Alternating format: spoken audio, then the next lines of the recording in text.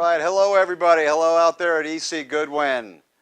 We want to talk about Guidance Counselor Appreciation Week, something in the 20 years that I've been here we have never done. So this is something special, something we probably should have done from day one when I got here, but I'm sure also earlier.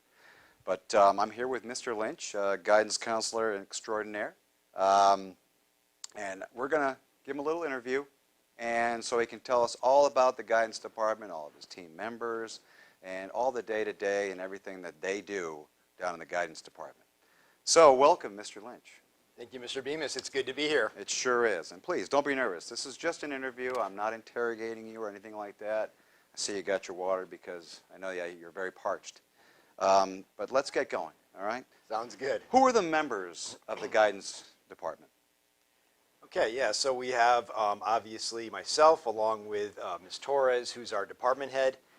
Ms. Zemko and Mr. Heath are the other two school counselors. And then we have Mr. Parrott, our school psychologist, and Ms. Valdez, our school social worker. Outstanding. And what roles do each play in your department? Yeah, so I feel like school counselors to me are sort of the first line of defense, almost like filters, if you will, for the various problems that come through.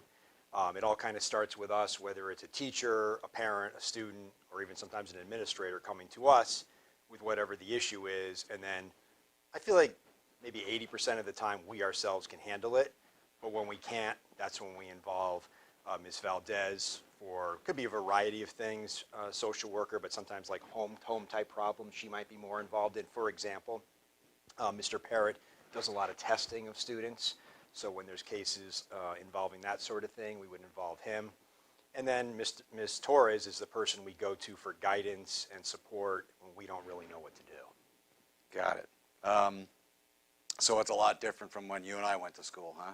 Absolutely. I mean, geez, what was it? You went there to talk about colleges you were going to go to or to have your schedule changed? Right. Wasn't that about it? We probably saw our counselors a couple of times our whole... That's about it, yeah. It sure seemed that way. Why did you decide to be a guidance counselor? Yeah, you know, I got out, I was like you, I was in the service, and when I got out, initially I wasn't sure what I wanted to do, but I was friendly with a school counselor that told me about the job, and it sounded like something that would suit my personality and would be interesting to me, so I ended up deciding to do it. And you did guidance counselor straight from when you had your bachelor's, or was there a gap in between somewhere along the line? The gap from bachelor's was when I was in the Navy for 5 years. So you weren't going to, and again, what school did you go to? University of New Haven. And your major was? English. English. So it wasn't guidance. Guidance is not Correct. something you can get a bachelor's in. It's something you have to get a master's in. That's right. So you have to continue going to school for that kind of thing, which makes perfect sense considering all the stuff that you guys do nowadays. What's the average day look like for you? Yeah, the average day is really, there is no average day in a certain sense, Mr. Bemis. That's kind of one of the things that I mostly like about the job is every day is a little bit different. You never really know what you're walking into. Oftentimes there could be, you know, I walk in the office and there's already somebody there possibly upset about something that happened either already in school or possibly at home. And so you could have to deal with something like that. A more typical day would be I go in and I'm checking through my emails and my voicemails, and oftentimes those things are actually dictating at least how my day starts. Got it, got it. You say you check your emails and your voicemails? That's weird because I didn't think you had a phone in your office. I'm sure that you know, our fellow colleagues out there want to know if you had a phone in your office because it's very, very difficult to get a hold of you. I'm a hard man to get. I guess so. There are times that I'm so paranoid about it that I go to different rooms to see if you're screening my phone calls. You have called me from other places, and I believe I mostly have answered. I don't know about mostly, but yeah, you've answered a few times. So what's your favorite part about being, what's the favorite thing that you like the most about being the counselor? Like a particular thing? Yeah. On a day-to-day period, you know what I'm saying? Sure. I mean, you know, without a doubt, I've loved the people that I've worked with, you know, directly in guidance, but also people like yourself and other teachers that I've made great connections with. But ultimately, my favorite part is when I can help students with problems they have, from minor stuff to more significant things. Obviously, I can't solve all problems, but when I'm able to help them, even in some small way, there is a lot of satisfaction in that. Great, great. And of course, it's still your job, but there's got to be something, your least favorite thing to have to deal with. Yeah, I would say, and I think I said this, I actually was interviewed for the Gladiator News recently, and I would say the same thing now, meetings. I'm really not a big fan of meetings. I don't know about yourself. It's just the thing that I do hate the most.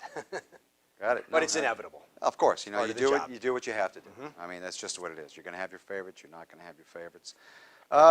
So we already talked about where you went to school and what is required. Again, we already talked about that. So I mean, it takes a master's degree to do that. Yes, it does. And it's funny because you had that gap where you went. How long was your enlistment? Yeah, I was in for 5 years. 5 years. So you had your bachelor's 5 years, and at that point, you probably didn't know what was going on. Didn't know what you really wanted to do.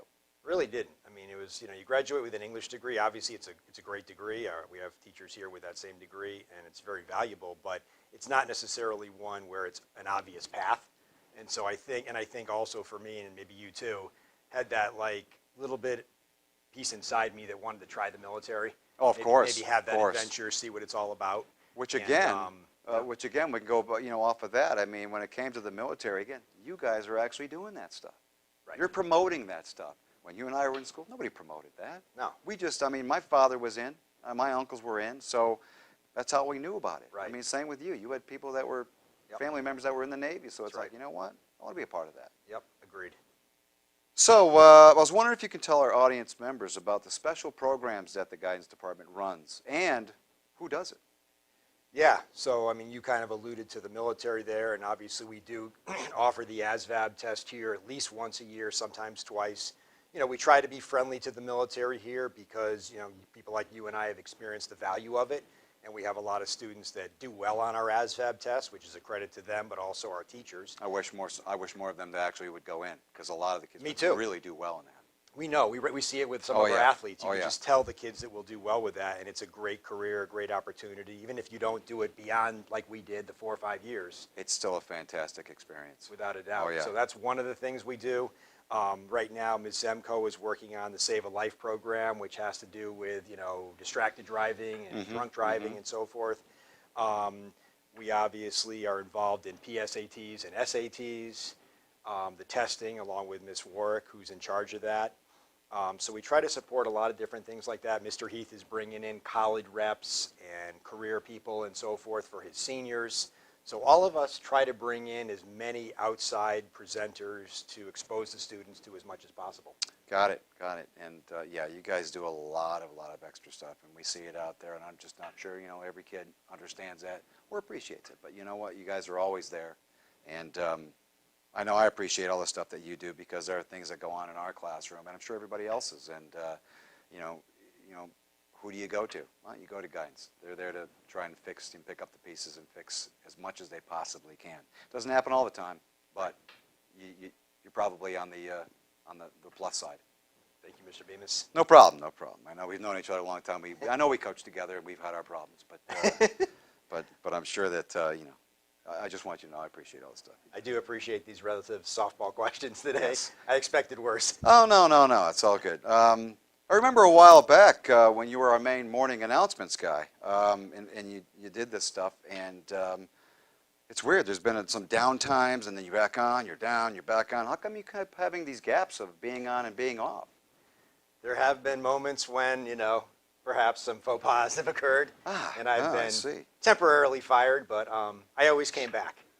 They're always giving you a second chance. You're always Yes. that guy. And a third chance. And yeah, exactly. So why not? That's what it's all about, right? As many chances as you can get. Okay, it's okay. That's the good Whatever you way. do wrong. You did something wrong. We learn from it, and hopefully you don't repeat the same mistake. But instead, what do? You have a new mistake. That's true. Other people want to know, when it comes to you disappearing from your office all the time, is there some sort of a panic room that nobody seems to know about in Guidance that you hide in? Because it's weird.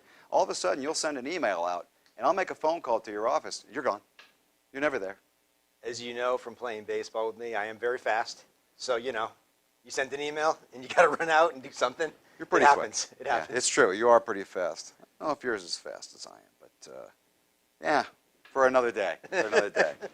In case anybody didn't know, Mr. Lynch and I are from the same town and probably known each other since, I don't know, we're probably 10 years old, you know, back in Little League. So we've known each other for many, many years. Our parents have known each other for many, many years. That is true.